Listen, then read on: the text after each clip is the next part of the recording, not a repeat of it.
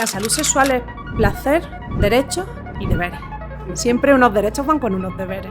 Tú tienes un deber para con el otro de respeto, tú tienes un deber para con el otro de placer, para contigo mismo también, pero tú también tienes un deber de no transmisión de enfermedad, de conocimiento, autoconocimiento y conocimiento de la otra persona. Eso también es la base del respeto. Las cifras dicen que el acceso al porno en niños está en torno a los 8 años. Es que es alucinante. Los padres parece que hablar de educación sexual, de sexo seguro, de placer, de todas las dimensiones de la sexualidad es lo más cercano al porno que pueda. Y lo más cercano al porno ya lo tiene, si es que está en todos lados. Entonces, hablar de la educación sexual con libertad es que es una cosa que está siendo muy, muy difícil. No te puedo hacer una idea hasta dónde estoy de la marcha atrás. O sea, es una cosa que es deporte nacional, la marcha atrás. Si es que esto falla como las escopetillas de la feria. Me refiero, todos conocemos una marcha atrás que está en este mundo y fue una marcha atrás.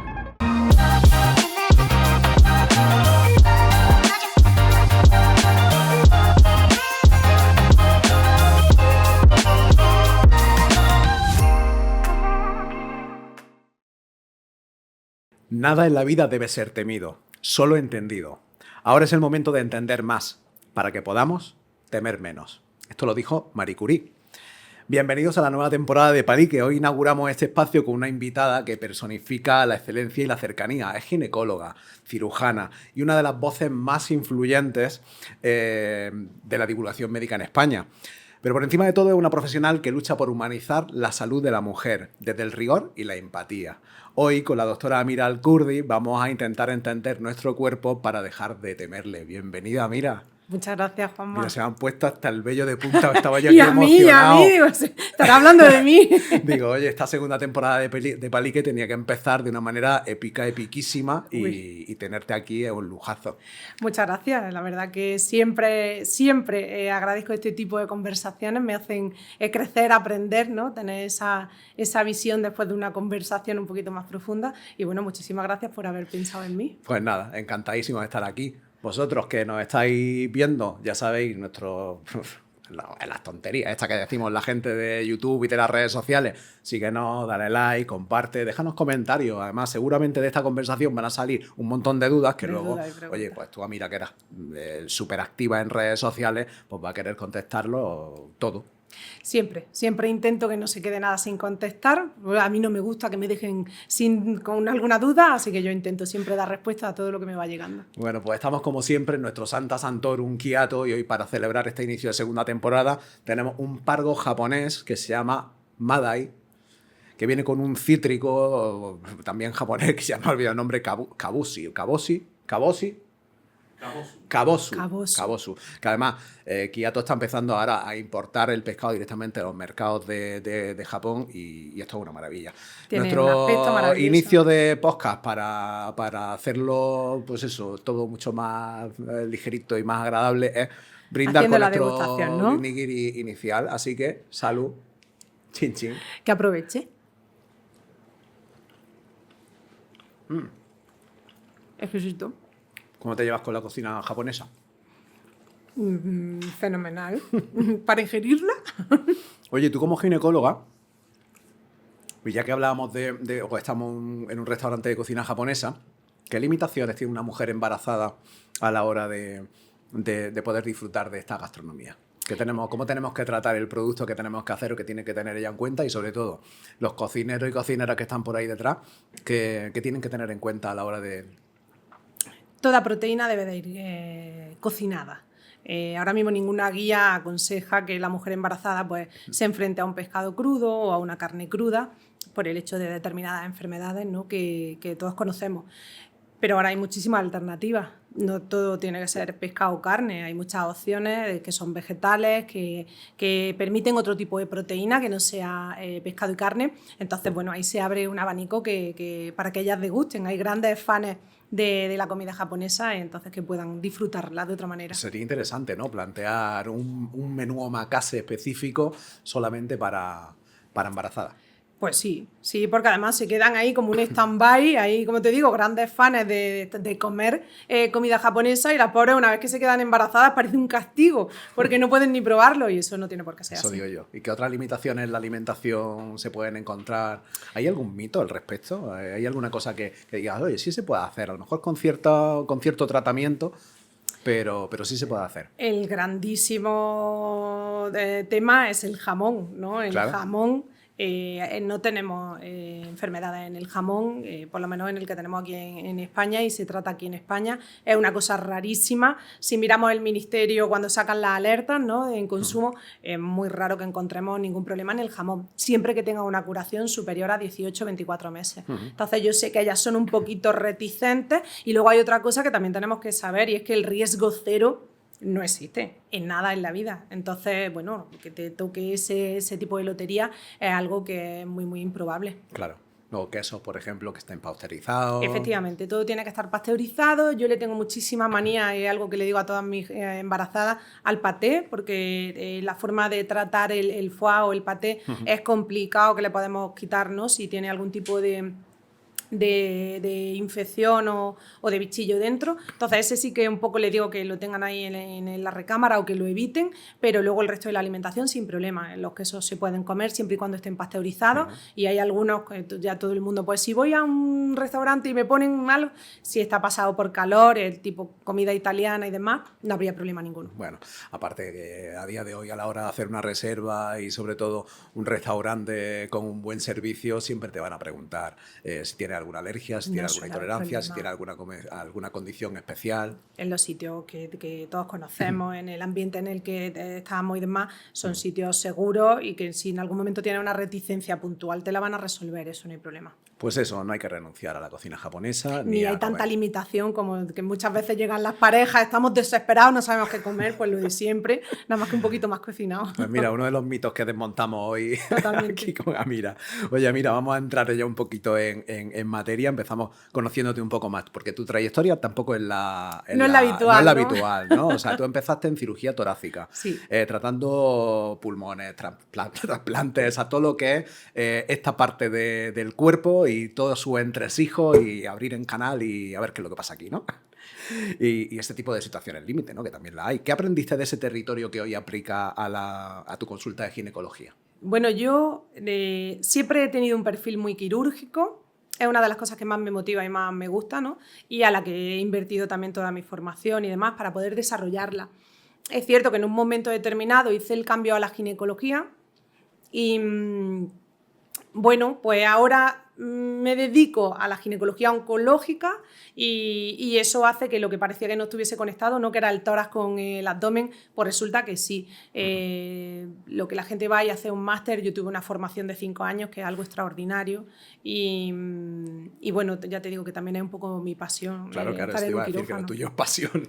Totalmente. Entonces, bueno, el manejo tanto del tórax como del abdomen, pues me ha dado un rodaje y una perspectiva de la cirugía que la verdad que ha sido Pues fantástico. sientes que esa mirada quirúrgica te da una ventaja a la hora de detectar patologías que en otro contexto a lo mejor pueden pasarse por alto. Pues mira, sí. Primero porque te da como una visión global, ¿no?, de lo que es la paciente, digo porque me dedico, ¿no?, a la gine, pero te da una visión muy global, y luego te da unas tablas en un quirófano que son importantes, como puedes imaginar, ¿no? Claro. Entonces me manejo en el cuerpo, en el tórax y en el abdomen de una manera bastante cómoda para estar en las circunstancias en las que a veces nos encontramos, y las complicaciones y demás, pues claro, se manejan desde otro punto de vista, gracias a la formación que he tenido y al rodaje, en fin, que a mí sí que me ha servido. Y luego también hay otra parte, y son los compañeros. Los compañeros ponen tu confianza, toda la confianza que tienen en ti, porque bueno, también es algo raro, ¿no?, encontrarse una gine que tenga Claro. el tórax controlado. Sí, porque precisamente a menudo se piensa en la ginecología como una especialidad de revisiones rápidas, pero en fin, como tú bien has dicho, tratas desde pacientes oncológicas como, pues, yo que sé, hasta suelo pélvico, por ejemplo, ¿no? ¿Qué es lo que más se puede malinterpretar hoy día sobre la especialidad de ginecología?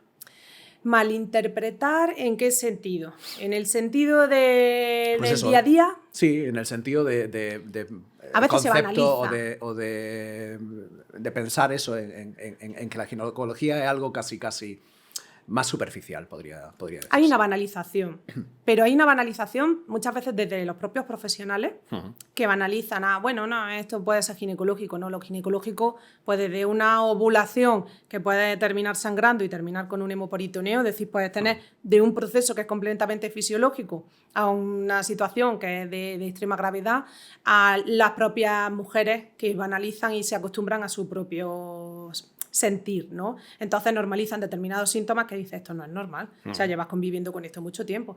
Entonces, creo que es uno de los grandes problemas que hay, ¿no? La banalización un poco de la patología ginecológica que puede llegar a albergar problemas muy graves. Claro, de hecho empezaba con esa frase de Marie Curie de empezar a conocer para luego no temer.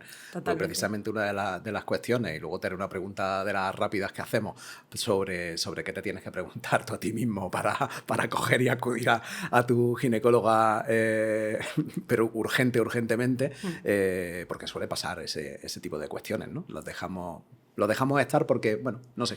Bueno, el cuerpo humano en general es grandioso también por eso, porque vas acostumbrándolo a determinados síntomas y terminas normalizando esos síntomas que no son normales. Desde sangrado, he visto mujeres con sangrado abundantísimo y anemias severísimas, ¿no? Pues yo pensé que mi regla era así. Mira, no, esto no es normal. Pasa también en los caballeros, no solo en la patología ginecológica. El ser humano tiende a sobrevivir banalizando los síntomas que tiene. También es un mecanismo de defensa, no podemos estar todo el día en la hipocondria. Pues sí. Pero hay veces que llegamos a unos límites que son, la verdad, que dicen, no sé cómo aguanta este cuerpo así. Pues hay que preguntar más. Sí. Por lo menos preguntar o y autopreguntarnos más. Autopreguntarnos, claro. Bueno, luego veremos alguna cosa más. Oye, la conocéis absolutamente de sobra. Ella en redes sociales es conocida como @ginecóloga. Podéis seguirla, si no la seguís ya, pues seguro que sí. Además, eres muy activa haciendo una labor de divulgación que es una maravilla. ¿Dónde pones la línea roja, hablando de este tema de educación y de divulgación, entre informar a más de 100.000 personas y prescribir a una paciente? Hay determinadas cosas que son una barrera en donde tú tienes que tener a la paciente delante.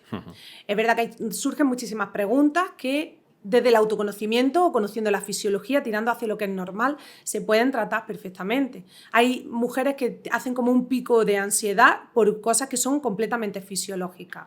Cuando nos salimos de la parte de lo que es fisiológico, de lo que es normal, de lo que es el funcionamiento del cuerpo, y tienes que tener a la paciente delante, esa es la barrera. Hasta aquí podemos llegar. Yo necesito verte. Claro. Y porque además, no sé, yo tengo...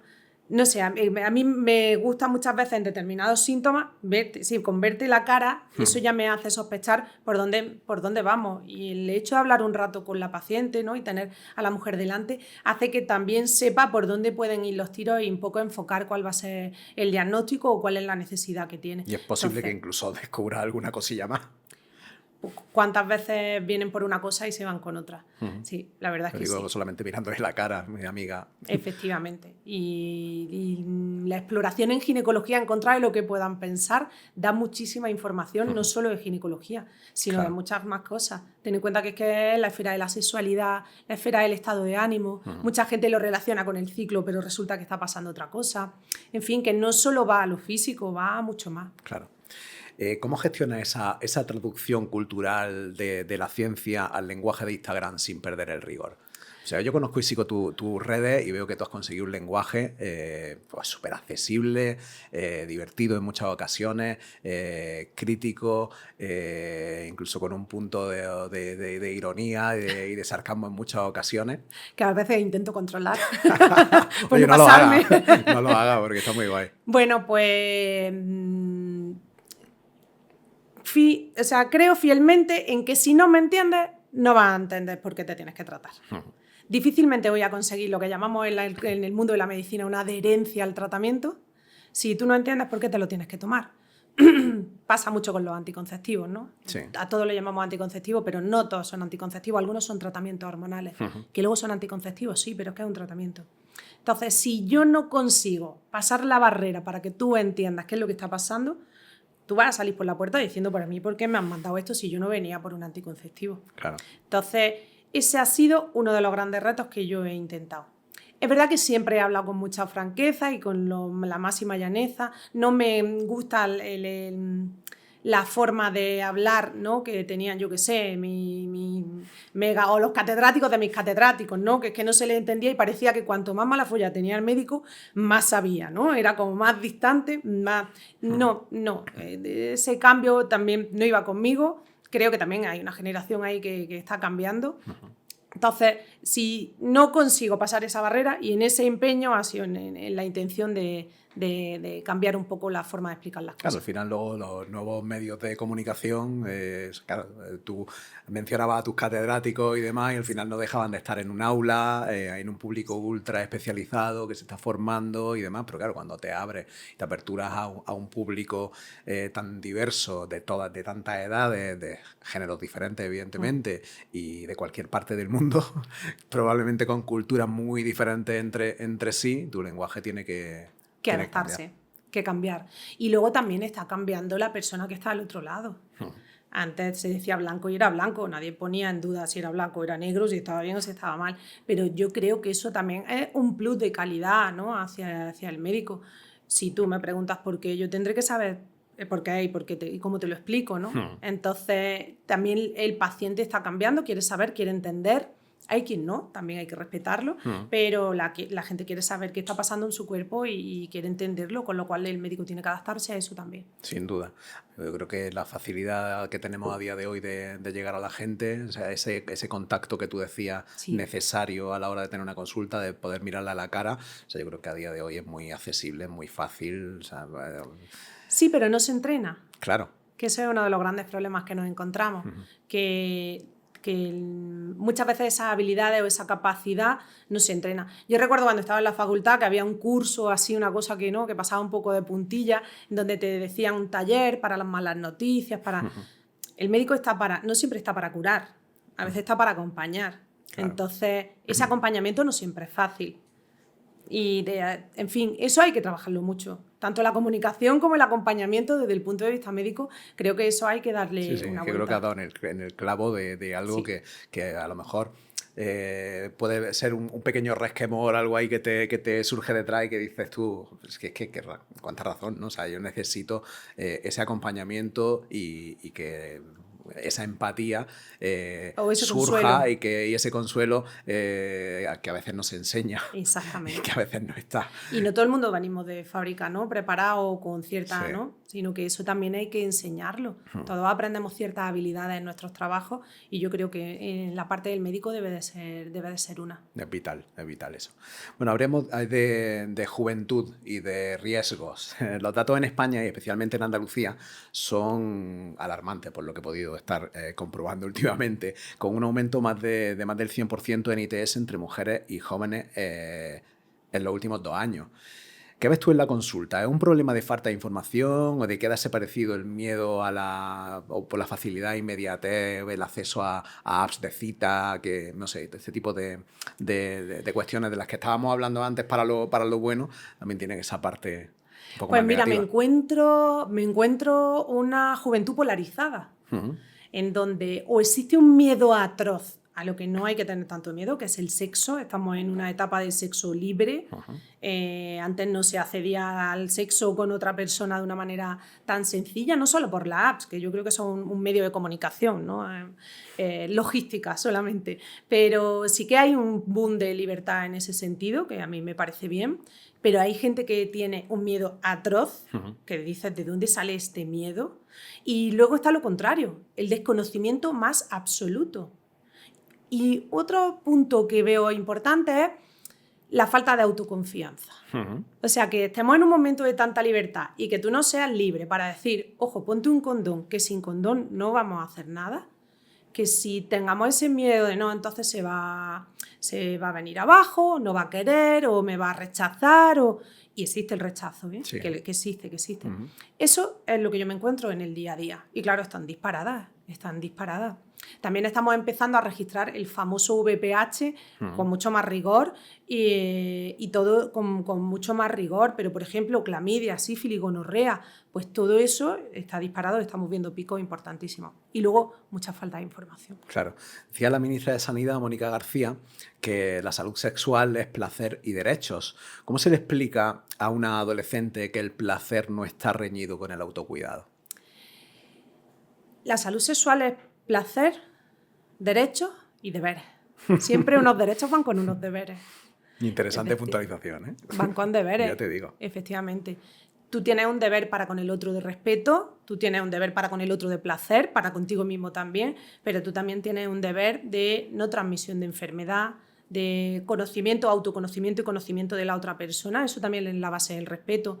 Eso es lo que hay que enseñar. Y luego tenemos una limitación muy, muy importante cuando vamos a hablar con algún adolescente, que son los padres. Entonces, los padres, parece que hablar de educación sexual, de sexo seguro, de placer, de todas las dimensiones de la sexualidad, es lo más cercano al porno que pueda haber.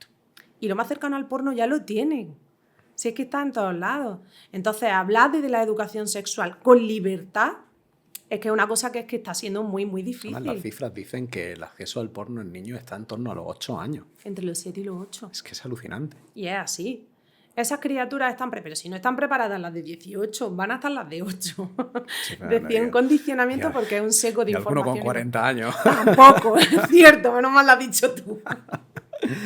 Claro, no, lo has dicho tú perfectamente antes. O sea, el tema de la educación, el tema de los padres, ahora entraremos un poco más profundamente en ese tema, pero el tema del preservativo, sencillamente, de esos deberes como ciudadano. Oye, primero tienes que saber cómo estás.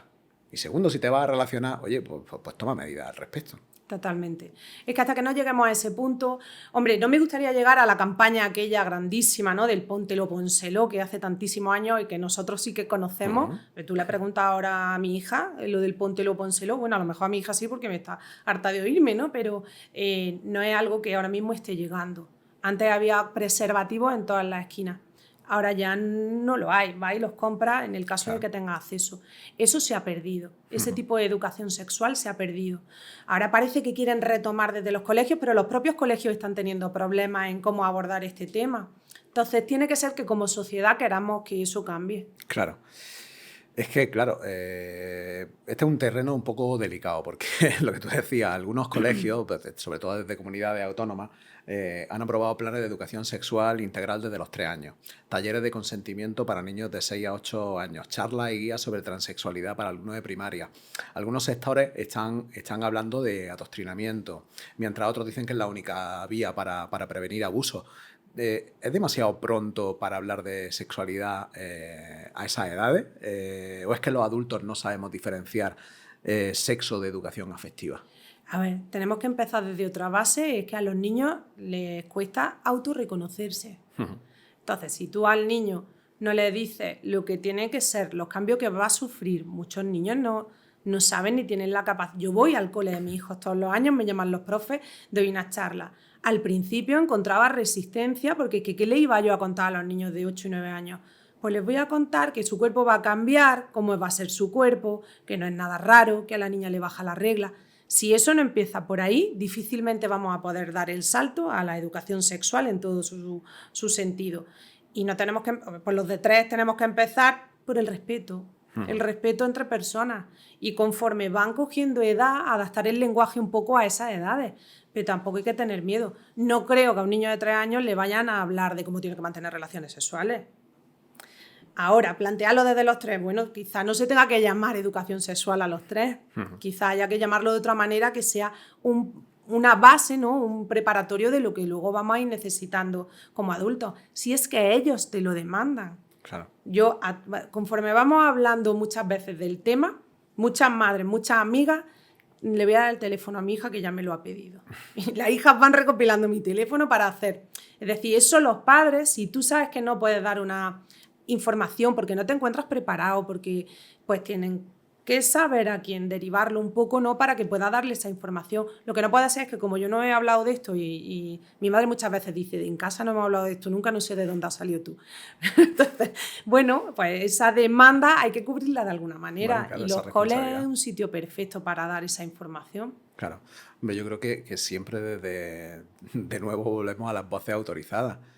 O sea, que haya esa... O sea, a mí me Sí, parece... pero bueno, desde luego habrá que hablarle y hablarle en función de la edad que tienen, y esto no va en contra, porque lo del adoctrinamiento también tiene una parte de, no, bueno, yo no quiero que le hablen a mi hijo de determinadas cosas.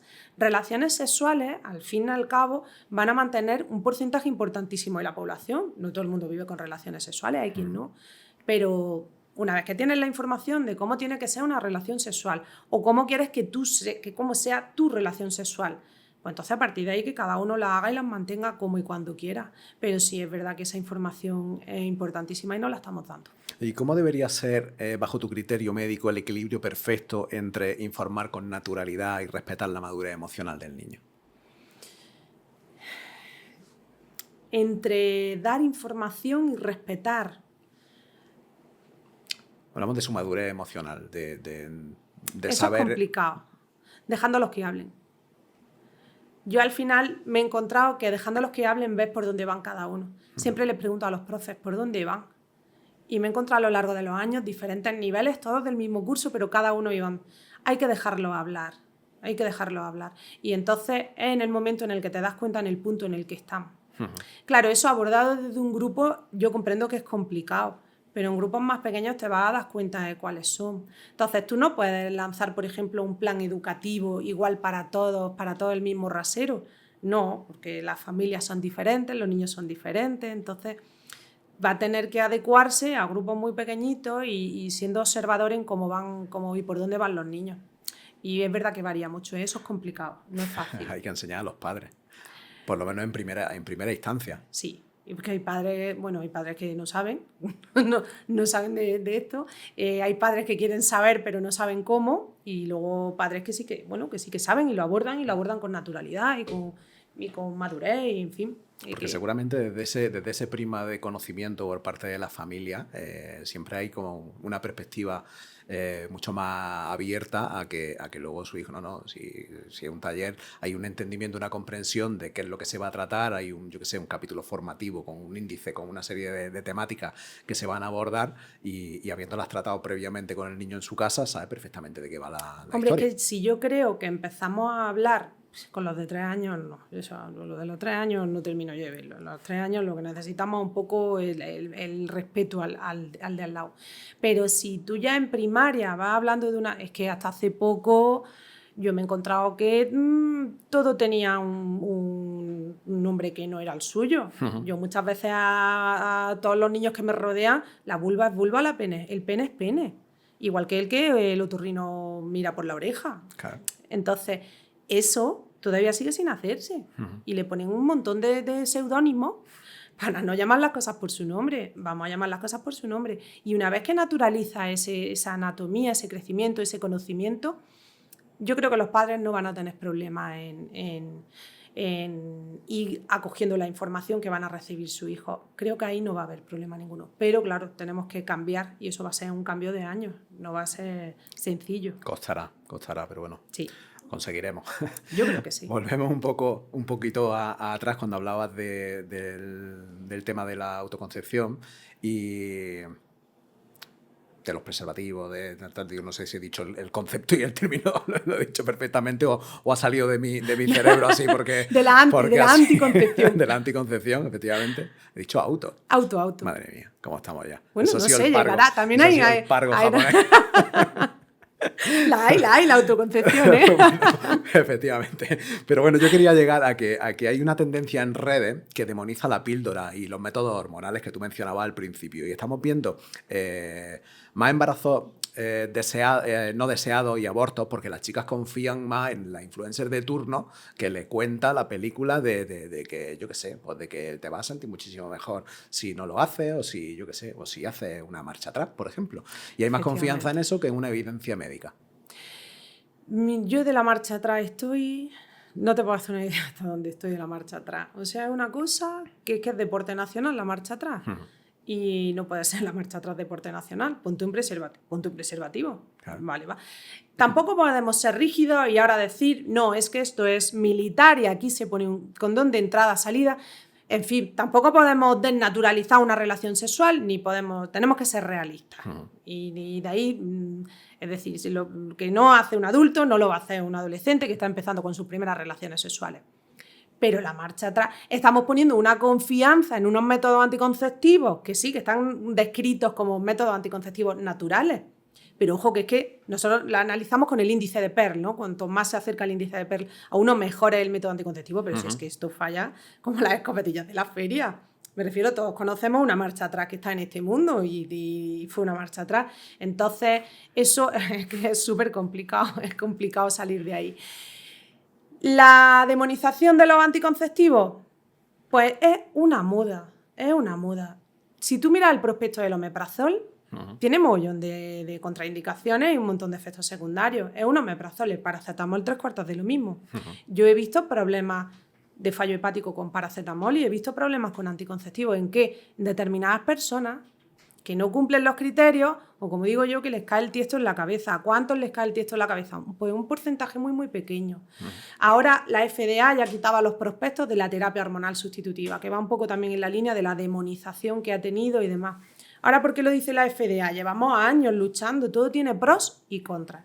Y una vez que tú tienes delante al médico y te ha dicho cuáles son los pros y los contras, pues ya uno también tiene que ser autosuficiente para decidir qué quiere, ¿no? Entonces, yo no termino de entender. Yo he tenido muchos enganches en redes con esto de los anticonceptivos. Y es también, volvemos un poco a lo de antes. Si te estoy explicando que esto es una terapia hormonal y que es necesaria para determinada enfermedad, bueno, pues en tu cuenta de riesgo está el querer tomarla o no. Pero no son anticonceptivos, estamos hablando de una terapia hormonal. Falta mucha información y la información muchas veces viene de fuentes que son inadecuadas. Pero bueno, ahí estamos luchando. Es que más que luchar contra esto. ¿Qué hacemos con esas influx? Hablamos antes de regularizar, de que ahora todo el mundo se dedica a la salud de las mujeres. Es una cosa que me parece... O sea, yo ya llevo, no sé, 20 y tantos años en esto. Igual que la gastronomía. Y es como esto de cuanto más sé, cada vez sé menos, ¿no? El dicho este. Pues, y ahora todo el mundo sabe la salud de la mujer y del ciclo. Oye, y las engañan. Porque además las engañan, que dices que aquí te están engañando. Y hay dinero de por medio, que es otra cosa que me da rabia. Pero bueno, que eso habrá que regularlo. Eso habrá que regularlo y que ponerle un fin. Sí, bueno, al igual que se está regulando en otros sectores. Efectivamente. Sobre todo el de la salud, ¿no? Una cosa que comentábamos fuera de grabación, que es precisamente eso, la regulación de la gente que cuenta cosas, no sé, ¿por qué? Por ganar notoriedad. Creo que hay un negocio y hay intereses detrás. Es decir, siempre hay algún interés detrás. Sea la notoriedad, sean los seguidores, en caso de redes sociales, sea, no sé, el autocrecimiento, ¿no? Para que parezca que eres algo que no eres. No lo sé, la verdad. Pero es complicado porque a veces ves que vienen con información errónea y dices, bueno, hasta aquí esto es información, voy a luchar por intentar cambiarlo, ¿no? Pero otras veces ves que vienen con efectos secundarios de cosas que no deberían de haber tenido. Yeah. Entonces, eso es lo que comentábamos antes, eso puede ser un problema de salud pública. Y hay cosas, ¿eh? Hay cosas. Entonces, bueno, eso terminará por regularse, yo espero. Yo también siempre, muchas veces en redes, apelo a, por favor, donde vayáis, mirad bien y que sea una persona que realmente sabe del tema. Hablo con mucha gente de toda España y de fuera de España y siempre el mensaje es el mismo. Mira bien dónde vas a ir y lo que necesitas es esto o aquello, busca a alguien de confianza que pueda ayudarte. Claro. Oye, pues de los embarazos no deseados que hablábamos, pasamos a la infertilidad, porque en 2026 España registra, o este último año 2025, registra cifras históricas en tema de infertilidad. ¿Por qué crees tú que es debido a esto? ¿La sociedad nos empuja a una maternidad biológica complicada? Nos empuja a retrasar nuestra maternidad porque no tenemos tiempo para ser mamás. Y luego hay otra cosa que estamos perdiendo de vista, que cada vez llegamos mejor conforme vamos cumpliendo años y perdemos de vista de que tú puedes estar fenomenal por fuera, pero por dentro tenemos la edad biológica que tenemos. Claro. Entonces, yo recuerdo, y eso se me quedó ahí un poco grabado, y muchas veces ya voy avisando, ¿no? A los 20 y muchos voy avisando de, ojo, esto no te columpies, ¿no? Efectivamente, no es que vaya a tenerlos ya, porque nadie tiene un trabajo estable a los 28, 29, que sería una edad fantástica, pero si quieres hacer, o sea, piénsalo y ponlo en tu... Y a lo mejor no quieres ser mamá y ya está, pero lo vamos retrasando. Y esta chica me decía, ahora que he conseguido colocarme, tengo mi tesis doctoral, era catedrática, tal, ahora me estáis diciendo que no puedo ser madre. Sí, a los 42 la cosa se complica. Claro. Y el cuerpo no te espera. Claro, pues existe una cuestión de reserva ovárica. Sí. Y de falta de conocimiento de la misma. Efectivamente. Sí, bueno, la reserva ovárica parece que sí que se está haciendo un poco más conocida, ¿no? El saber de dónde partimos. Las mujeres, no sé si lo sabe la gente y demás, pero las mujeres venimos ya un poco...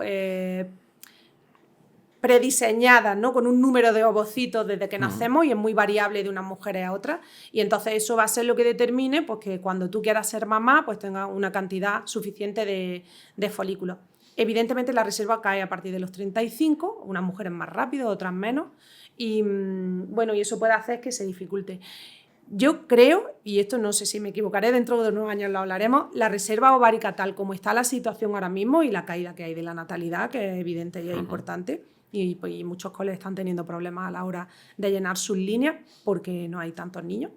Yo creo que la reserva ovárica va a formar parte de las revisiones de salud rutinarias. Fíjate lo que te digo. Yo creo que sí, que va a terminar siendo un poco la rutina para que la mujer pueda guiar, y eso tiene dos vertientes, ¿no? El saberlo o el apurarlo. Claro. Y no por apurarlo va a tener mejor resultado. Claro, no, si además hablando de resultados, luego nadie te puede garantizar 100% que nadie. Si tú congelas tu óvulo a día de hoy, dentro de 15 años, dentro de 10 años, cuando te venga a ti bien ser madre, ahora te vayas a hacer un tratamiento de fecundación in vitro o de... Entre otras cosas porque estamos hablando de la mujer, pero la otra mitad no la estamos tocando. Que esa es una de las cosas que también me encuentro, ¿sabes? Que vienen las parejas y ella viene, no, voy a ver si está todo bien. ¿Está todo bien? ¿De qué? Yo te puedo decir si está todo bien tú y una parte, pero la otra mitad no la conocemos y cada vez estamos viendo también muchas alteraciones en el semen. Es como yo digo, el caballero se lleva un disgusto y se queda sin espermatozoides. Es muy variable la cantidad de semen de espermatozoides que puede haber en el semen del varón. La mujer no tiene esa suerte, es decir, la mujer va decreciendo y es verdad que nos encontramos con reservas muy bajas en gente bastante joven. Pues ya sabéis, a tenerlo muy, muy en cuenta. Seguimos con el tema de embarazo y demás. En el tema del parto, en el momento de estar en el paritorio, está surgiendo mucho últimamente en noticias el tema o está ganando el peso el concepto del parto respetado. ¿Cómo trabajáis desde el punto de vista médico, desde dentro, para que esos protocolos sean la norma y no un extra? ¿Es posible mejorar la experiencia de la mujer sin comprometer la seguridad clínica? Sí, y lo hemos hecho. O sea, eso es uno de los grandes avances que hemos tenido en la obstetricia. Mira, la obstetricia es compleja, entre otras cosas, porque resolvemos complicaciones. Pocas veces un obstetra se va a enfrentar a un parto y sabe predecir lo que va a pasar. No sabes lo que va a pasar. No es como en una cirugía, que más o menos sabes por dónde va a ir. La obstetricia, el parto no es así. El parto es resolver de la manera más rápida y eficaz las complicaciones que pueda haber en el momento. Entonces, esa dificultad, ¿no?, de controlarlo todo es muy difícil de que también la otra parte entienda que eso puede pasar. Pero hemos conseguido que la mujer esté primero que esté alineada contigo. Luego que ha habido un cambio generacional importantísimo. Entonces ese cambio generacional también ha hecho que todo sea mucho más respetado. Y es verdad que habíamos medicalizado el parto, eso es cierto. Compañeros míos, cuando vean esto, pues dirán, sí, lo habíamos medicalizado. Y eso no puede ser, el parto es algo natural. Y se interviene cuando hay que intervenir ante esas complicaciones y esos eventos, ¿no? Claro. Que para eso estamos. Si no, se va acompañando. y acompañar a otra persona como lo que hablábamos antes. La empatía de acompañar en un proceso de salud o de enfermedad, en este caso de salud. Claro. Y eso se ha trabajado mucho y se ha conseguido. Vamos, luego a esta persona dependiente. Esto es como ir a una gran superficie comercial y que te toque el malafollado. Bueno, pues ya está, es que tenemos que estar de todo en este mundo, ¿no? Y cada uno nos dedicamos a lo nuestro. Pero es verdad que cada vez las cosas son más respetadas, los partos son respetados, acompañados y los resultados mejores también a la hora de las complicaciones. ¿Cuánto depende del propio sistema sanitario y cuánto del médico que interviene? Pues mira, en cuanto al médico y al sanitario, a la matrona, de eso depende un porcentaje importantísimo. Si te voy a poner el ejemplo de mi hospital, ¿no? En mi hospital teníamos una estructura, yo no sé si tú la conocías, una estructura que era antigua, no, o sea, mi madre parió allí, yo he parido allí, mi abuela no llegó a parir, pero estuvo, efectivamente. Esa estructura cambió y el sistema tiene muchísimo que ver en ese compromiso de que todo sea muchísimo más natural, muchísimo más agradable, que la atmósfera que se respira allí sea mucho mejor. Pero si el personal que te acompaña no lo hace de esa manera, de eso depende todo. De la paz que le transmita a la pareja o a la gestante, ¿no? A la mamá, de cómo le expliquen la complicación que está habiendo y porque si hay que salir corriendo, hay que salir corriendo. Y no te preocupes que te voy a dar la información dentro de un rato, pero ahora mismo déjame que trabaje. Claro. Y todo el mundo lo entiende. Difícilmente no lo entiende. Entonces eso ha mejorado una barbaridad y creo que es muy, muy importante los profesionales que forman parte de eso. Sin duda. Damos un salto en el tiempo, porque hay creo que hay bastante interés últimamente y puede ser que incluso haya salido del armario la menopausia. Ha salido, ¿no? Hay un estudio reciente que vincula las relaciones sexuales frecuentes en esta etapa con reducción de dolor, con reducción de la sequedad. ¿Por qué hemos tardado tanto en hablar de salud hormonal en este sentido y placer en mujeres que, bueno, pues que se encuentran ya, no tienen por qué ser de una edad determinada, porque la menopausia pues te llega cuando te llega. Se puede abordar en cualquier momento. Y bueno, pero sí, a lo mejor a partir de los 40 y pico, pues ya puedes tener cierto... Pues mira, esto tiene primero una vertiente de que la menopausia, o sea, la mujer menopáusica no importaba absolutamente nada. O sea, la mujer, y ya, yo qué sé, es que van a aparecer palabras de la Edad Media, pero no hace tanto. Si dejabas de ser fértil, parecía que no servía. Madre mía. Y eso es así, y no te suena tan raro ni tan lejano, aunque parezca del medievo, pero no lo es.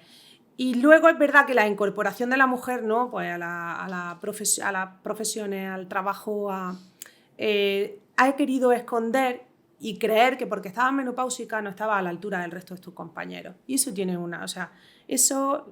cualquier menopáusica lo cuenta. Yo estoy en una reunión rodeada de hombres y de pronto me pongo a sudar como un pollo y yo reviento antes de que nadie me lo note, que te lo está notando todo el mundo porque es imposible de disimular, pero es la vergüenza, ¿no? Es la vergüenza de estar pasando por ese proceso. Vergüenza es que tengamos que haber pasado, ¿no? Por esas dos etapas. El primero no sirve y el segundo, ojo que tú, si estás menopáusica ya parece que no. Y creo que esos son los cambios que está habiendo, ¿no? Ahora, la esperanza de vida de la mujer hace unos años, pues que a partir de los 60, ¿no? Te tirabas 10 años en menopausia y ya tenías alguna complicación, y no de la menopausia, sino de la vida en general. Tu esperanza de vida era menor y ahora la esperanza de vida es que nos vamos a los 90. O sea, la mitad de tu vida estás en menopausia. Claro. También por ahí vienen los tiros del tratamiento y de todo lo demás. Es decir, ya que vamos hasta la mitad de nuestra vida en menopausia, que estemos con una gran calidad de vida. No que me fracture la cadera a los 10 años de haber empezado la menopausia y ya tengo una cadera fracturada a los 60. Que mucha gente, o sea, si nos vamos a tirar trabajando hasta los 70, te quedan 10 años por delante. Claro. Entonces, bueno, eso ha cambiado, está cambiando y creo que por eso también ha salido un poco del armario.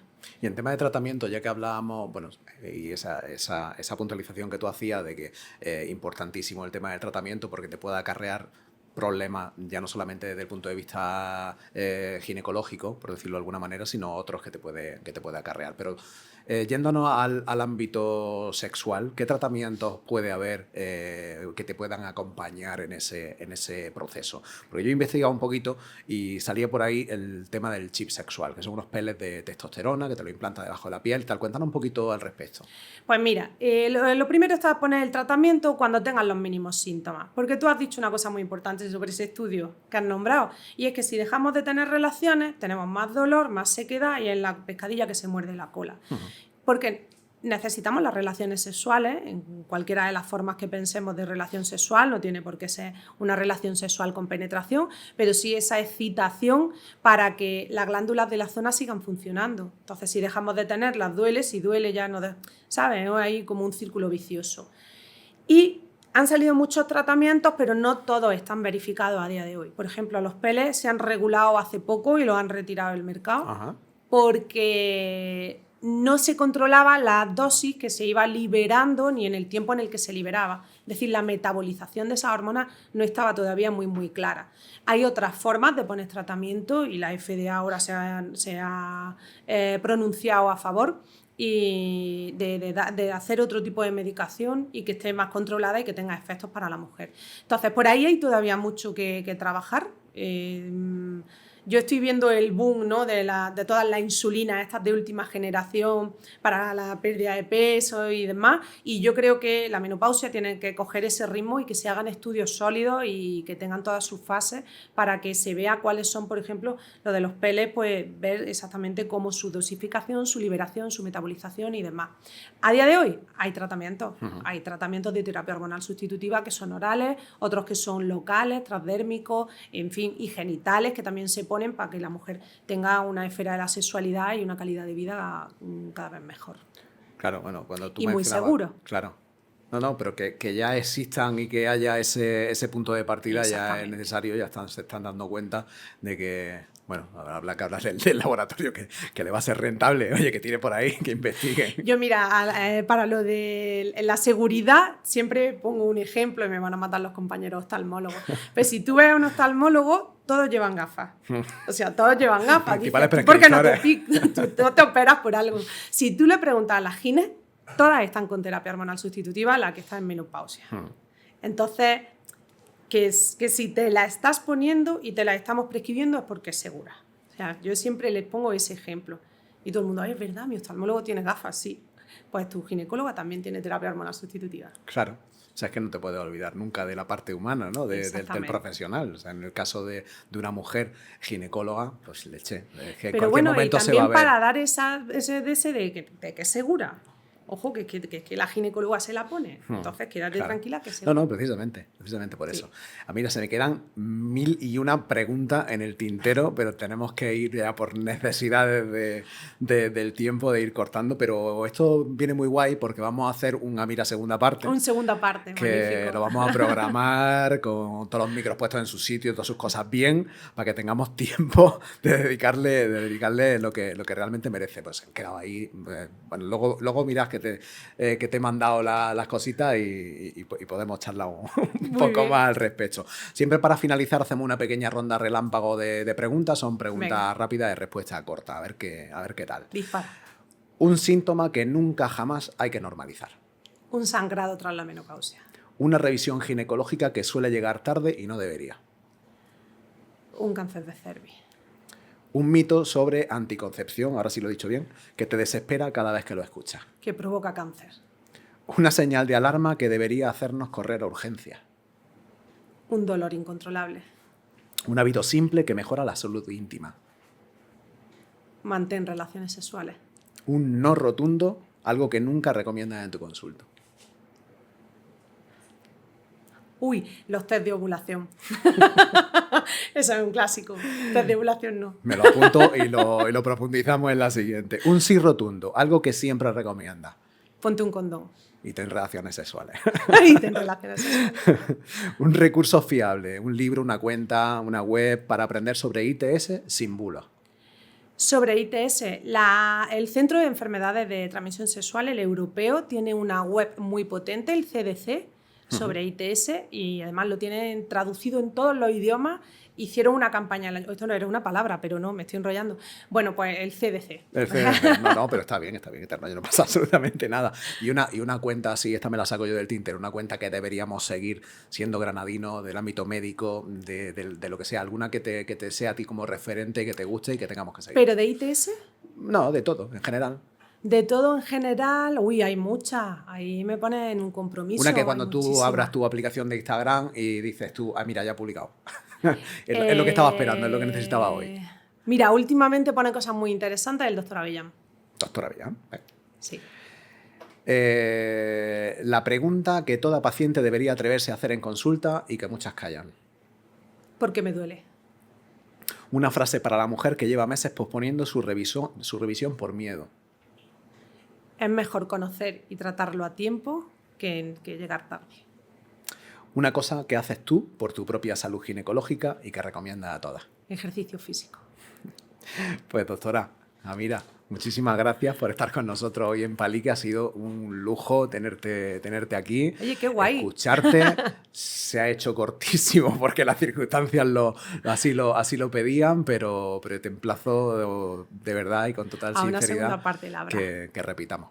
Pues nada, muchas gracias. La verdad que ha estado muy guay. Se ha pasado volando. Sí. Muy bien, me ha encantado. Pues Muchísimas muchas gracias por venir.